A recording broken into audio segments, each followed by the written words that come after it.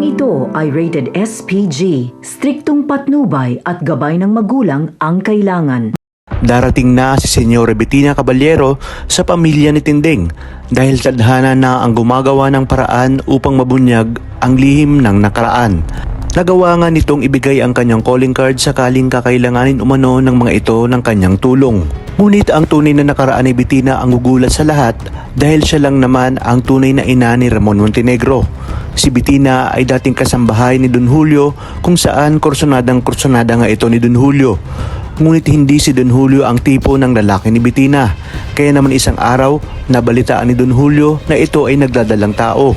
Hanggang sa mga anak nga ito at pinagtangkaan nitong tumakas ng mansyon.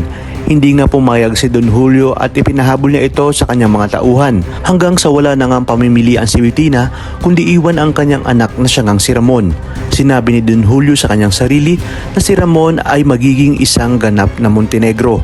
At mangyayari lang ito kapag naipapatay niya na si Bettina. Ipinangako naman ni Bettina sa kanyang sarili na babalik siya at babawiin niya ang kanyang anak. Pagbabayarin niya umano si Don Julio sa kalapastangan ng ginawa sa kanya. At ngayon siya ay muling nagbabalik at isa na siya sa pinakamayamang negosyante dahil sa Chinese na kanyang napangasawa. Ngunit lahat ng kanilang negosyo ay iligal. Kung kaya't muli silang magkakabanggaan ni Don Julio at makikita niya rin si Ramon na siyang kanyang tunay na anak. Ngunit ano kayang gagawin ni Bettina sa oras na malaman niya mismo kay Tinding na apo niya rin pala ang ating bidang si Tanggol.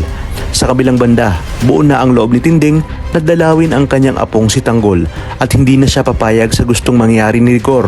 Sinabi niya sa kanyang sarili na maaari siyang magpatulong kay Bettina sakaling palayasin siya ni Rigor sa bahay nito.